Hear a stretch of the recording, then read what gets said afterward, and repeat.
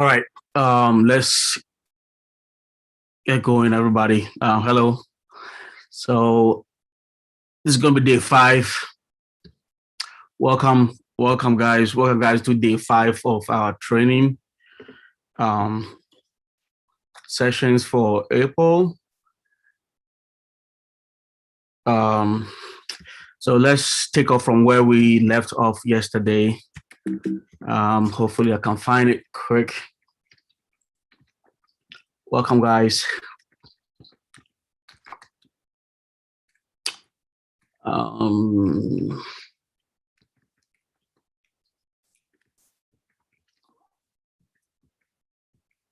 Okay, I believe we got up to this point, right? Day 5.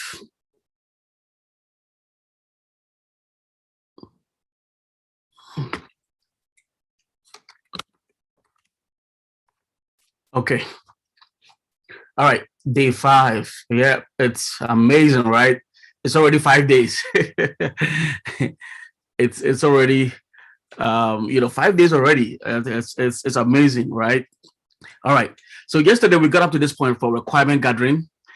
We talk about the SDLC, requirement gathering, design, build, development stage, testing, QA, deployment, and maintenance phase, right? And then we talk about the requirement gathering yesterday, what it takes, what it entails, and whatnot, right? Yesterday. Today, we will be taking off from here. So requirement gathering stage, first stage, second stage is design, right? Design. So design stage, what do we do here? So design stage is where we actually sit down and say, okay, now that we know exactly what we're going to be building, right? We've had extensive back-to-back meetings with our stakeholders. They've communicated to us enough of what needs to be built, and we've had back-to-back, right? Back-to-back, collaborative meetings, stakeholder engagement. We've essentially we know exactly what needs to be built now. So now, what next? So now the responsibilities were right on us to start with a project, right? Responsibility is right on us to start with a project. So what do we do? So we talk about the requirement gathering. Now the next step is, or the next phase is what we call design. So at the design level, this is where we plan about a project. And now we begin to sit down and say, okay, now that we know this feature is going to be in, we're going to want this functionality in there. We're going to need X, Y, Z in there. We're going to need this in there. Now, how do we actually build it? What kind of programming language is going to be best for this type of solution, right? We're now figuring out. The program languages that we need to use, the database that we're going to have to support this project. We're talking about high level functions, infrastructure, and then architecture, right? So very, very important step. This is very, very important step. Sometimes if it's like when you're building. When you're building and you do not have any plan, right?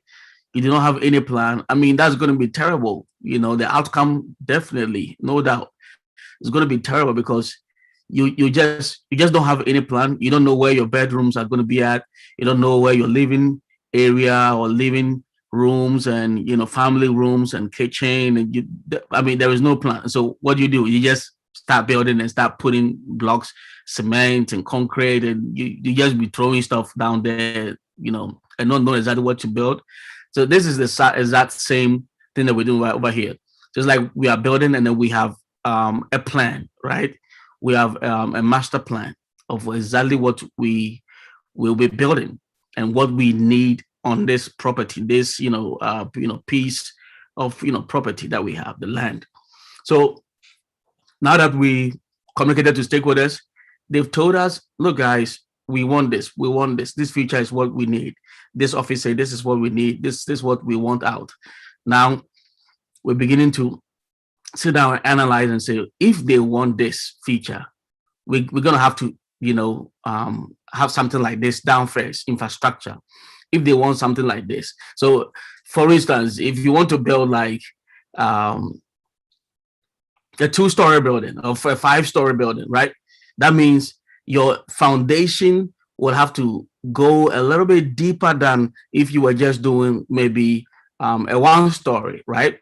If you were doing like a 5-story building, that means you need to have strong foundation, right? So similar way, in the same vein, in the same similitude, when we're building a platform based on the requirement of the stakeholder, we got to be able to plan about our infrastructure, right?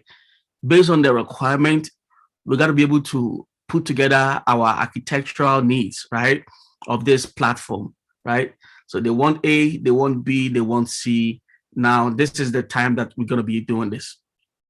If it is a platform with customer facing type of thing, that means we'll have to plan on our DB, my SQL database, Oracle, and whatnot. The schemas, tables. We need to be able to plan all this high level, right, architecture, right, data modeling. We need to plan about where the data is going to be saved, where the data gets stored. We need to plan about all these things. So it's very important. Design phase, you cannot skip it, right? We cannot just skip and say, we know exactly what we are doing. No. We don't have to rush the process, right? The last time, I think on day 2 or maybe day 4, said it that we don't have to rush the process. The process is this whole thing is process oriented, right? So we don't rush it. So we take our time, and then we need to enjoy the process ourselves, right? So design phase, we sit down as a team, right? And then we analyze what is going to be our need. What do we need, to be able to build this? So this phase is very, very important, guys. Keep in mind. All right. From the design phase, where do we go to? Now we have the build or the development stage. Now that, we know what the stakeholder wants, we've had stakeholder interactions and stakeholder engagement and meetings upon meetings for a month, 2 months, 3 months. Now that we've also identified the type of resources we need on infrastructure, on architecture, the type of database, all the type of things that we need to have in place. Now that we know that, okay, now what? So the next step is now let's get to work, right? Let's start building. Let's start development. So this is where we actually translate the requirement of the user or the stakeholder into a machine readable format, right? This is where we start coding. This is where we start development work. It's right in here. So now that we want this login, we want this feature, we want customers to be able to do this. How do we do it? Now it's time for coding. So this is the stage, or this is the step where development actually happens, right? So the build and development stage, guys, this is also very critical. You guys have to keep this in mind. And then when development is done, right? When development is done, we have something we call unit testing. Unit testing. Now, I talk about testing. We have, QA testers or quality assurance engineers. We have people that, somebody's at the door. Yeah, we have QA testers that will be testing the application, the platform, to ensure that, it actually works. But developers also check themselves, right? When they finish with their coding, they also execute, unit testing, right? Try to see that, oh, this code that I've written, is it working? Is the application working? And so on and so forth, right? So that is also very, very important step that you need to keep in mind, that developers also execute unit testing. But when we move from the development stage or the build stage, the next step is the test stage, proper, right? So now that people keep coming in. So now that development is done, the next stage is what? The development, the testing phase. So next, you test the software to verify that it is built as per the specifications are given by the client. So the QAs, the software testers, they're going to take the business requirement document, right? They're going to take what the client said they wanted out there.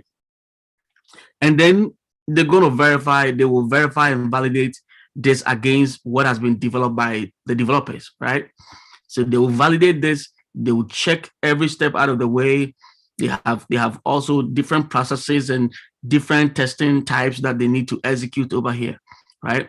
So they also take their time. They will take their time and then they'll go through this process, right?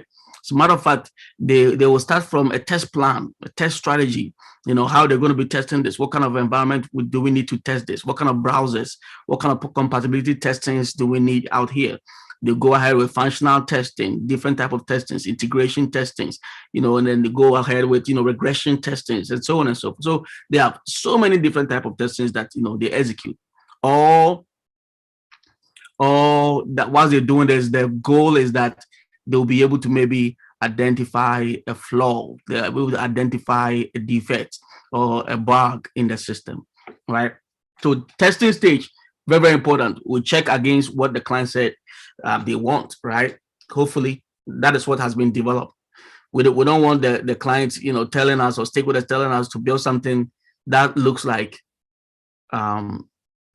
this, and then while the thing that has been developed, it looks like something else, right? It is not really as expected, and so we need to report the issues as quickly as possible so that we can fix those issues. So a very important stage, testing stage, is a very important stage. Maybe some of our next sessions we will talk about testing in a more proper context, where we look at testing and why organizations don't take testings lightly. It's very, very important. If you want just a simple glitch and a small issue to cost you billions of dollars, then you can ignore, right? You can underestimate, testing, but testing is key. Testing is very important. Yeah. All right. Moving on to the next stage. So the next stage we have deployment. So next stage we have deployment. The next stage we have deployment and release, right? So now that we started from requirement gathering, started from design, thinking about, okay, how are we going to build this, and then we moved on to development, move on to testing. Now that we have finished testing, everything looks good. What do? We got to deploy, right? Again, as I've reiterated on most of our sessions, that when we build solutions, we build platforms, we are not building it just for ourselves, right? We got to deploy it so that the owners can start using it. So deployment or release, we deploy the application in the respective environment. So we now push the code out there to production, what we usually call as prod. So when you guys start working, you guys will be hearing this a lot. People will say prod, P-R-O-D, prod. What it simply translates into, or what that means is, production, right? Production environment. You guys will be hearing that a lot. We'll be talking about this environment, I think, in the next couple of slides. So we have, the dev or development environment, we have, testing environment, we have staging or UAT environment, and then we have prod, production environment. So that means before something goes live, we would have that piece of code or that functionality would have gone through these cycles or these environments. We've seen it, we like it before we finally push it out or deploy or release it to the prod environment. That is production environment. So most of the like the screen that I share with you guys on the Wells Fargo, Amazon, and all those platforms, that is their prod environment. When you type into your browser address bar, you type in bankofamerica.com, wellsfargo.com, statefarminsurance.com, and so on and so forth, you're going into their prod. their production environment. They have other environments that are not known to the public. It's not, a public facing environment, right? That is where all the testing, development, and all those type of things happen. But deployment, release, the point here or the goal here is to ship and update, our production environment with the latest code that we have worked on. That is the goal here for deployment and release phase. All right. So good. And then once we have deployed and then we have released, the next step is what? Maintenance phase, right? Maintenance phase. So once your system is ready to use, you may require to change the code later on as per customer request. So most of platforms that we access, from different locations, we access for, whether for, public or private, services and whatnot, they are all in maintenance phase, right? Because it's already in existence. Customers are already using it, and we all access these platforms for different services as we want. And then every now and then, the company changes something on the platform. They add a new feature. They add a new functionality out there. So that is what maintenance phase is all about. It's all about adding new features, adding new enhancement, making the old functionality better by adding something else or something new to it. So keep in mind, when you have a platform that is in maintenance phase, all that you're going to be doing or all that you will experience is enhancement all the time. So, you're going to be hearing this a lot too when you start working. It's all about enhancement. We're adding new enhancements to the already existing platform, right? Very, very important. Very, very, very important here. All right. So the team's environment, right? This is a team environment. So as I think I just said it, we have development environment, we have test environment, we have staging environment, we have production environment. Every good organization, if let me uppercase and underline and maybe bold this and maybe highlight this. Good. Every good organization, right? So because it is not every organization that will have this type of environment, but the emphasis here is on the good. Every good organization, if the company is a good company, they will have these environments. There's going to be an instance for development environment, and that environment or that domain might look something like this, as you guys see on the screen. So it's going to be www.bankofamerica-dev.com, right? It's going to be something that will have a dev in there, right? We don't know. It could be anything. It could be xxyyyzz, 2021.com, right? But essentially what I'm getting at is that there is a development environment, and you got to keep in mind that is where development work starts from, right? So that's the environment. It looks similar to the production environment, like to our normal bankofamerica.com website, right?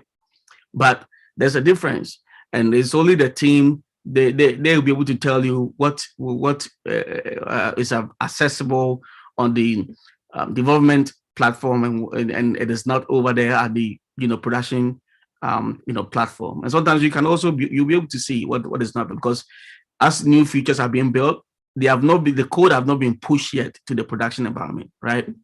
So keep in mind of this environment, right? And again, the emphasis is on a good company. It's not every company, right? Good company. Every good organization, they will have these instances, this environment. So we have the development environment. So this is where when a team start coding, they start working on their code. They work on the requirement, and when they are done, now the code gets deployed to the next environment, which is the testing environment, right? So the code will get pushed to QA. So QA is going to be another instance over there, another environment that they can access. It's also going to be some domain, some crazy name domain, but you might typically see a QA test in there in the domain. So as for illustrative purposes, I have over here Bank of America -test.com. So that means this is our testing environment, right? So when the code gets pushed from the what you call it, the development environment, this is where it lands, right? And then testing commence. We start testing, we start validating requirements against what has been done to see is it what is expected? If not, then we need to report the issue that we see, right? So that is testing environment. Now, when testing is done, is completed, right? The code now gets pushed to where the next environment, which is what? Staging, or what we call sometimes UAT environment. So we have another environment that typically will have stage or maybe UAT or something inside the domain name, right? So as again, for as an example, and for this purpose, you see over here www.bankofamerica-stage.com, right? So that means this is what staging environment or UAT environment. The other day I mentioned UAT is what? User acceptance testing environments. So this is where testing gets done, and then we want our internal stakeholders, right? Our internal stakeholders to also look at what has been done. And so this is the time that, we set up the environment. Okay, somebody keep going up. All right. So so this is where after testing is done, we want our operations team and other stakeholders, a sneak peek of what is coming up, right, into our live, service. So we invite them. We give them some test account, some test, data, and then we set up the UAT environment, and then they can have a sneak peek about, what we have built, right? It's cool. This is a time to celebrate. This is a time for for us to pat our shoulders and say, good job, we've made it, right? Pat our shoulders and say, great, we're almost coming to the end of the tunnel, right? But you don't have to celebrate yet till stakeholders say, or they give their concurrence, or they give their sign up and say, yes, we approve of this product features that has been built, right? So it is very important. It is very, very important. It's very, very important that we don't start doing some backflipping yet, right? We don't start jumping and start doing some backflipping yet. We need to get with our stakeholders. Hopefully, after the UAT testings, now they like it and they approve of it, right? So once they like it, they approve of it, they say, all right, guys, let's go. Now let's schedule our live date, right? And so now the code that has been tested in staging or UAT environment, now it gets pushed to production environment.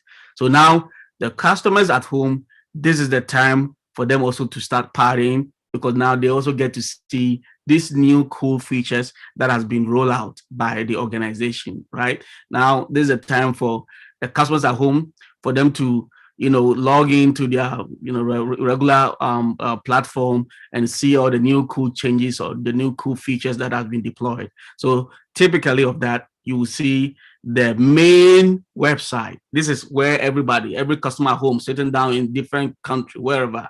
If you have an account with Bank of America, this is where you go to, right?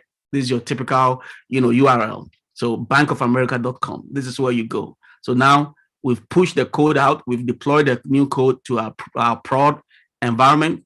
Now it is time to celebrate. We made it. Hopefully, after the deployment, usually after deployment, we have what we call war room, right? The day after deployment, we have, a quick meeting in the morning, sometimes, to see if there are any fallouts, right? So this meeting, so keep in mind, I do not have it, even here almost. I just remembered it, So after deployment, now we usually have this type of meeting the next day morning, which is called war room.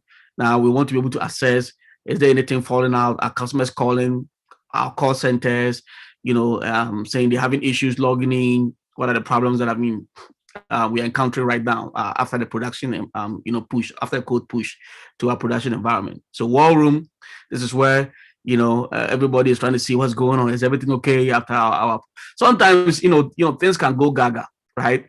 So, so it's very important that we monitor our progress, we monitor what has been pushed out. If things go down south, then what is a contingency plan, right? When we get into SQL, we get into database, we'll talk about rollback and other things like that. So if things go down way south, then we might have to roll back to an earlier version that worked well for us, and so so that customers are not getting issued, they're not getting themselves in pages that are crashing, and a lot of things are going crazy. They're not going to be getting themselves into that. So we need to maybe roll back. When we get into SQL, we get into database stuff, we will talk about this real quick. But essentially, again, war room, we want to be able to monitor what's going on. So our operations team, customer service support and call centers, they are monitoring for people to call and say, hey, just last night, everything I've been working good for me. I just tried to log in just this morning, and I can't access, my investment, my retirement account. I can't do this. So that means, did we check in something that has impacted on, a feature that is already out there? So we got to be monitoring that, right? That is the key reason why we have this type of meetings called war room. We have war room meeting. We want to see if there's anything that is impacting negatively on what we have pushed out. So guys, keep this in mind. So development environment, testing environment, staging or UAT environment, and then we have our production environment. Sometimes from development to testing, there could be another environment in there, but it is not always the case. It's not like a standard called integration environment, right? Sometimes between development environment and test environment, we could have one environment in there called integration environment. And usually for integration environment, is because we have different resources, right? Different developers.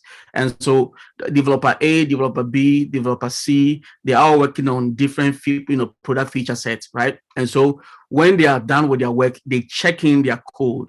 And so we need to be able to integrate, right? Whatever that everybody's working on is like a branch, I don't know how I'm going to explain this to you, but hopefully you guys get it, right? So we integrate every piece of code that is out there. So let's say developer A was working on this feature for login, developer B was working for this other backend, developer C. So at the end of the day, we check in all the code. So that is the integration point, right? And then, before we head out to testing environment. So that is it, guys. Now, just for illustrative purposes again. So typically, the development environment will look something like this, right? You will have to be an employee of the company to really notice or to be able to recognize the change that has been implemented, right, on the platform.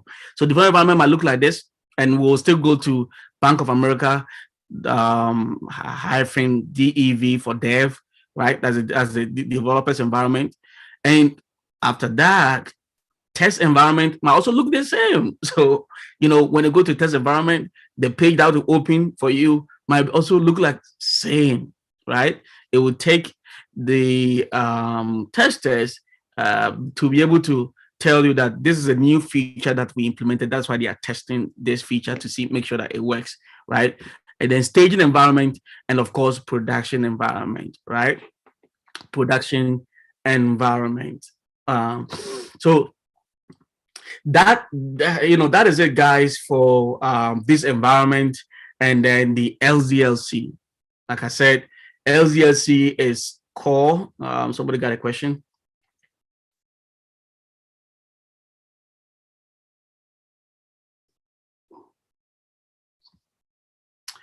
Okay.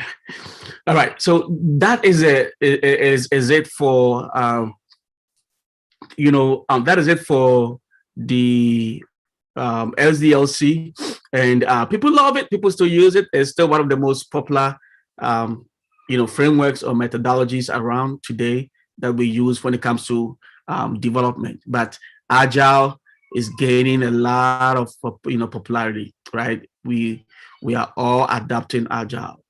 everybody's going agile now. So agile is getting popular. Now let's look at the problem with waterfall. Let's take a look at the problem with waterfall. Now, as you guys have seen, it starts requirement gathering, design, we go through all the cycle, then we come to maintenance phase, right? So, usually with waterfall, for large projects, right? It is, you look at the method, right? That's what the waterfall says. When you move from one stage and you go to the next stage, you go to the next stage. So usually it is always tough. It is always difficult to go back to a previous stage that you've already passed, right? It's always difficult.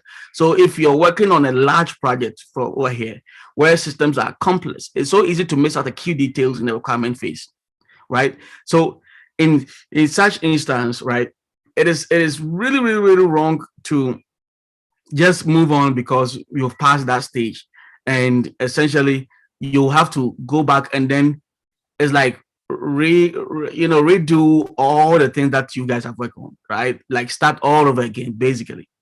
So if we pass something from, fundamental thing from the designing stage, and we think about maybe some infrastructure or architecture or something like that, and then we forgot something or we missed out something, and then we went ahead and now it's in testing, and then we hit a bug, we hit a defect. Now we need to go and correct that issue.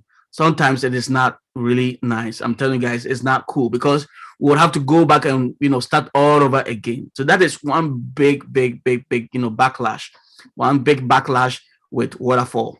So one big backlash, one big problem with waterfall is that going back to start all over again because you miss out a very critical, important step, right? You miss out a very important step in there. You miss a very important step in there. So it's one of the big backlash when it comes to waterfall. But apart from that, waterfall is great. Like the last time I strongly I said something here. I think that day 2 or maybe day 3 that sometimes it depends on the project, but I will advocate for different projects with waterfall, advocate for different methodology with with agile as well. So depending on the project, that's what I'll go. All right. With that said, today being day 5, we have some 15 minutes or so. So it is now going to be a pop quiz. How cool is that, right? So I'm just going to call names.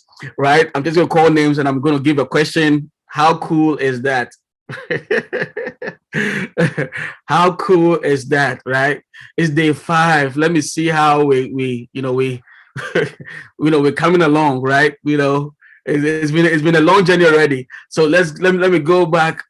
I have the list over here of the participants here. So we're gonna go back over here. So I'm gonna be calling names out here, or if there are takers, when I say the question, and then somebody will tell me, right? Somebody tell me. So let me go ahead and unmute you guys. Unmute you guys. This is gonna be fun for the next 15 minutes. This is a time that we're gonna be testing ourselves, what we have unpacked so far for these 5 days. Wow, it's already amazing already. All right.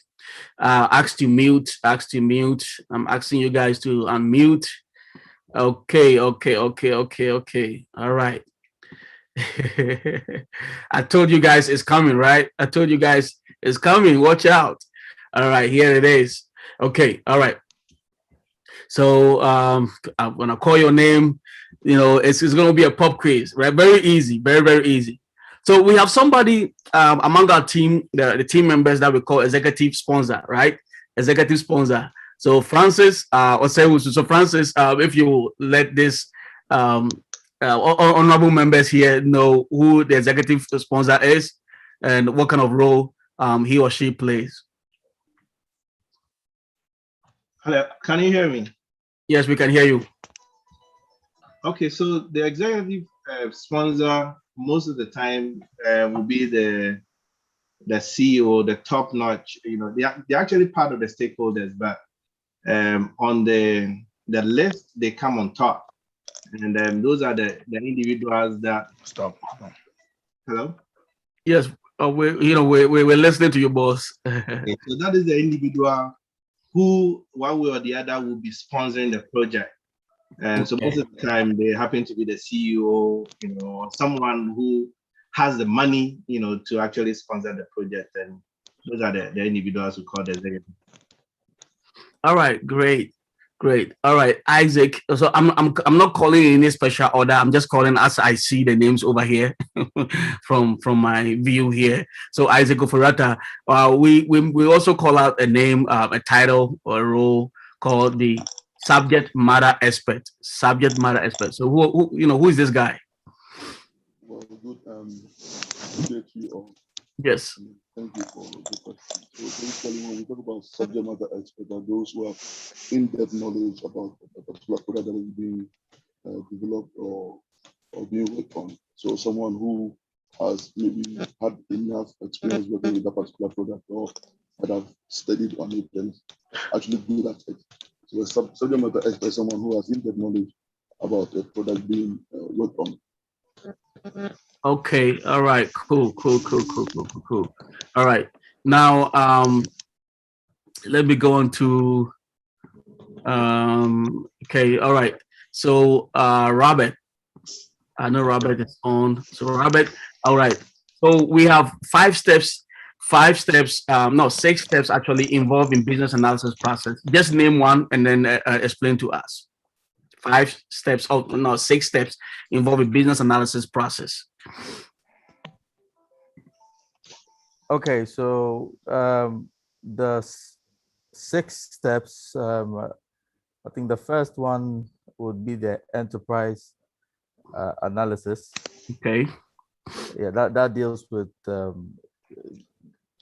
gathering enough data that would information gathering that will guide the process. I'll say information gathering towards the project before you go to the requirement planning and management. Okay. All right. Cool.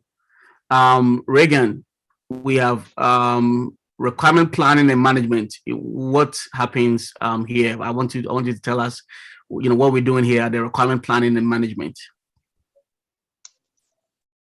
The gathering process, we have the requirement gathering, designing, deployment stage, and testing. No. Wait, I'm talking about requirement planning and management as part of the steps involved in the business analysis process. No, requirement gathering. That is a gathering of the process to which the application is being built.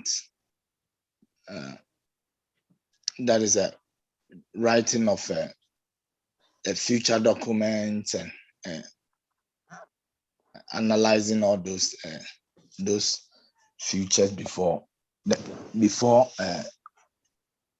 commencement of the project. Yeah, so I'm going to need somebody to build Reagan here.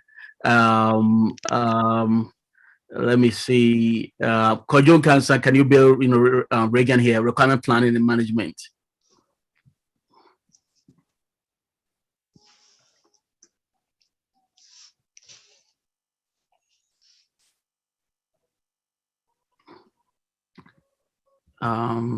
See.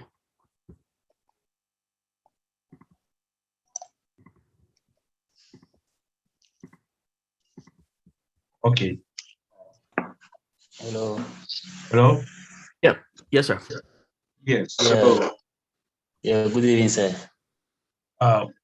who is Nana? Okay, easy. I'll be Sama. Wait, I think I'm on the floor. Yes. Yes. Go. Go ahead, Kojo. So, the planning management that defines the task, the resources associated with the planning and management of requirements, and that helps to ensure the set of activities that are undertaken in its appropriate. Okay. All right. Emmanuel, we have two Emmanuel. So Emmanuel Japan. Emmanuel Japan. So we have requirement elicitation as one of the steps.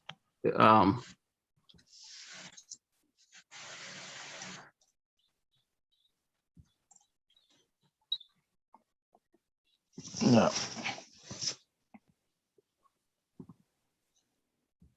We have two Emmanuels on. So requirement elicitation. Yes. Hello? And the process definitions and Hello? documentation. Oh, okay. Mm. Hello? We can hear you.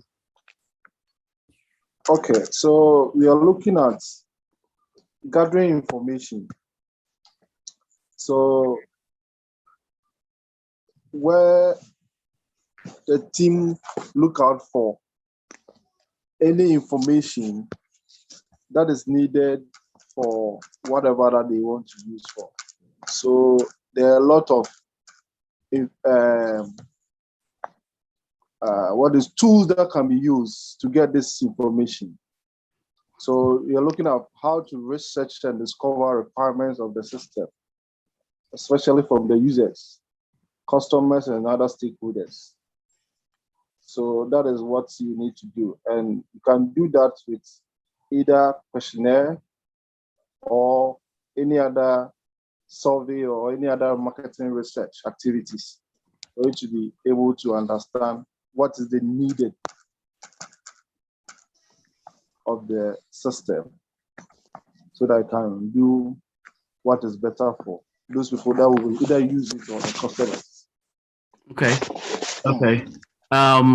For you, Chris. So let me come to you, Chris.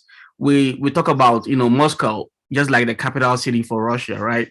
We said Moscow is used for privatization and some other things. So can you explain what the acronym Moscow means or what it stands for?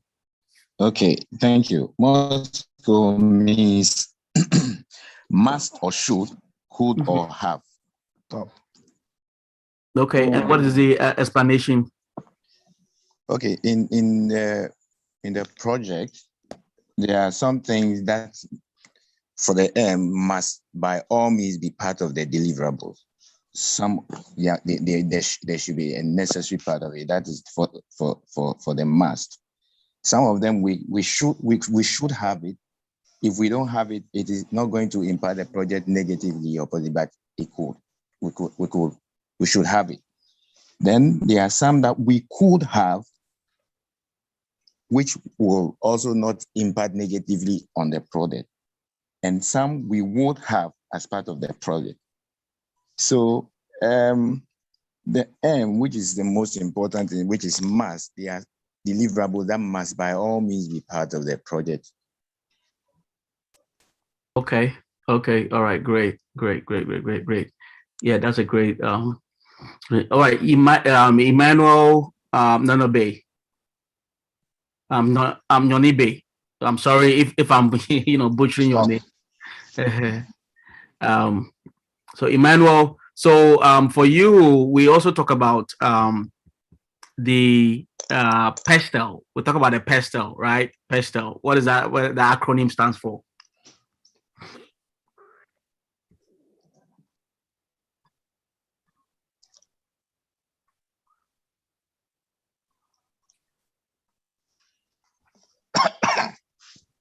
Hello, everyone. It's Emmanuel Nonibe. Okay, all right, great. Sorry. Yeah, so it's PESTEL. We are talking about the political, economical, sociological, technological, legal, and then environmental impact of this project. All right. So politically, how is okay? Politically, Politically, how is this project? How is this project impacted politically, economically? What are the impacts and the like? Thank you. Okay, great. We also talk about requirement elicitation method. We talk about interface analysis, requirement workshops, reverse engineering, surveys, and questionnaire. Emmanuel Ampem Dako, explain to us the reverse engineering part. Hello. Yes, we can hear you, sir. Okay, all right, okay. So thank you for the opportunity. The reverse engineering, we said it's a process of analyzing a system. Sorry. That's the process of analyzing the whole system. So it's kind of going and trying to know every part of the system, like from the back to the end, from the beginning to the end. So it's like a total overhaul of the system, trying to understand every aspect of the system. So it is a whole system, a process where we critically want to know the whole system. If it's an existing system that we are looking at. So it's a requirement that we just take the whole system and we go through what are the pros and cons, what was left out, what done, and Okay, great. Thank you. William Ajay. William, so let's do the interface analysis.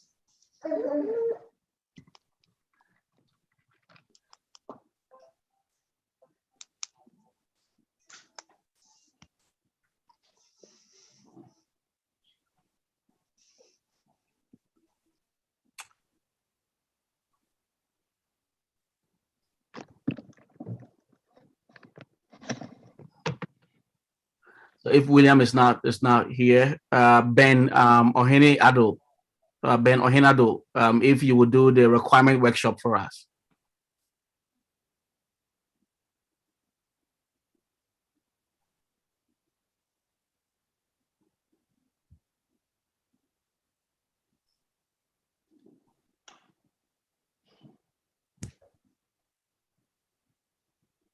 Okay. All right. So if Ben is also not here, but he's he's present here, but he's not here, then okay, hello, can you hear me? Ben here. Okay, all right, we can hear you. I think I was muted earlier on. Okay. All right. So when we talk about interface analysis, we take into consideration what platform we want to build, the kind of customers we are building the platform for, so that we'll be able to know, for example, if we are building a platform for a hospital, we took into consideration fields like doctor's report, customer's name. So we want to, create something that will be user-friendly, which will suit both the user and then also the customers who are going to be working with such interfaces. So we take into consideration all the requirements, everything we will need just to suit the customer when it comes to the friendliness of the interface we are to build.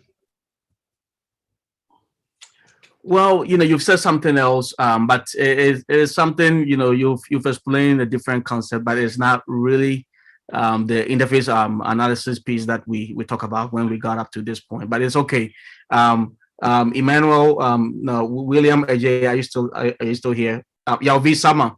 So Yalvi Sama, please do the survey and then questionnaire for us. Let me see if you are also on. Hello. Yes, we can hear you. Yeah, okay, good evening. Thank you for the opportunity.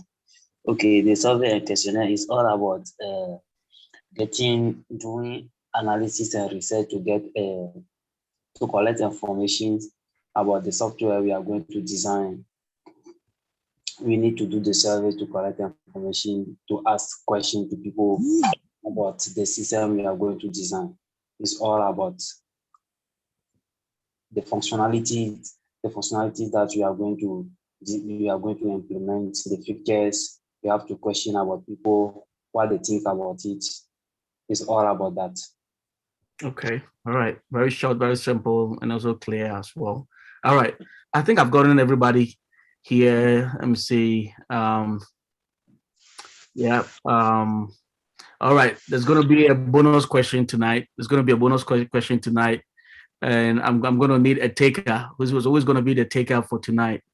Somebody to take this question and say, I know that. I'm going to explain to you guys. So, what's going to take up for us tonight? The software development life cycle. Software development life cycle. When it comes to waterfall, who is going to summarize the entire, methodology of the waterfall, and then that's going to be for us tonight. Who's going to be the taker tonight? You can unmute yourself.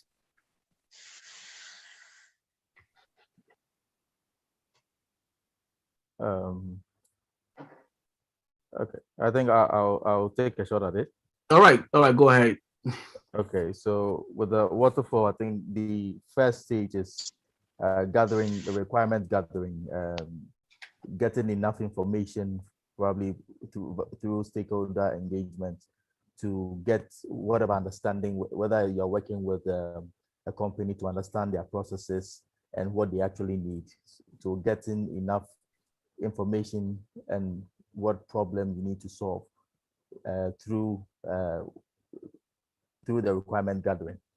The design would be after you've got all the necessary information, now to sort of put in a plan on how you're going to execute it, which could entail deciding what kind of programming language you're going to use, what kind of the database, whatever platform, where you're going to be hosting it.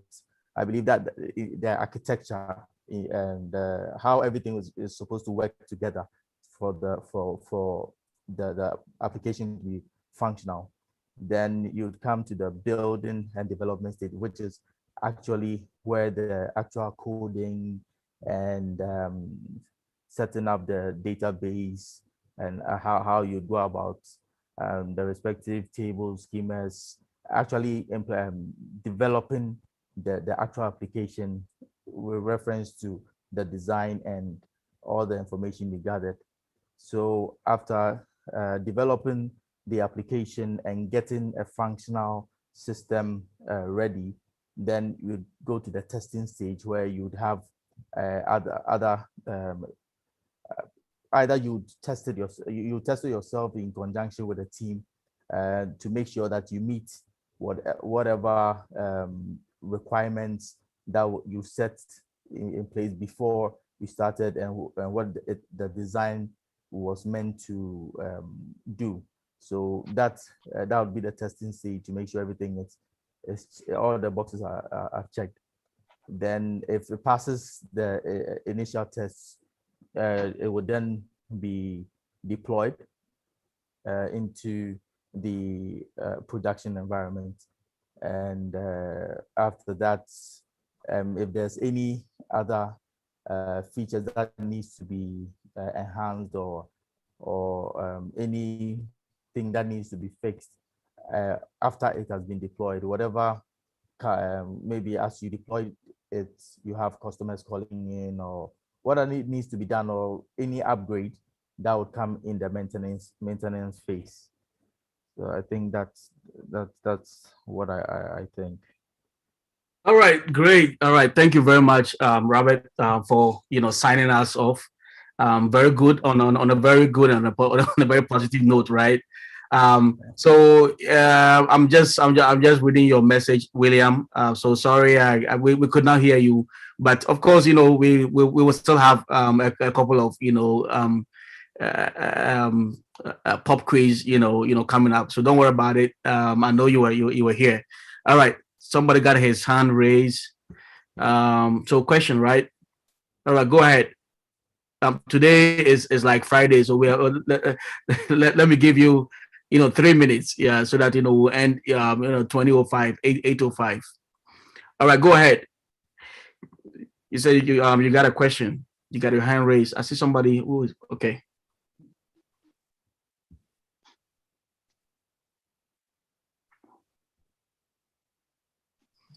Yeah. So yeah, so where I see the SDLC, so when there's a time or there's a long time between the requirements gathering and then also implementation. So supposing you've got the information from a certain quarters to do whatever I want to do, and it's taking some time, and then maybe something happens and they ask you to, what I see is that there could be an evolution of what we call the requirements. So you're doing this, and whilst you're doing it, a new thing will come. Okay, let's do it this way. Let's do it that way. In that case, how does it hamper or how does it affect the process? Because we're looking at it, just follow a certain series of action that you have to do. But you did one action and later on something different has happened. Yep. To the system, the waterfall system. So say less. So we have something coming up very soon. You're thinking right, you're thinking good. We have something we call change management, right? We were talking about change management. We're talking about scope creep. There's also a terminology we call scope creep. So that means when requirements keep changing, right? When requirement keep changing every second, every minute, somebody's bringing something new. But hey, as much as we want to please and we want to make our stakeholders happy when they bring in new requests and new change, we also don't want to compromise on the quality of our code.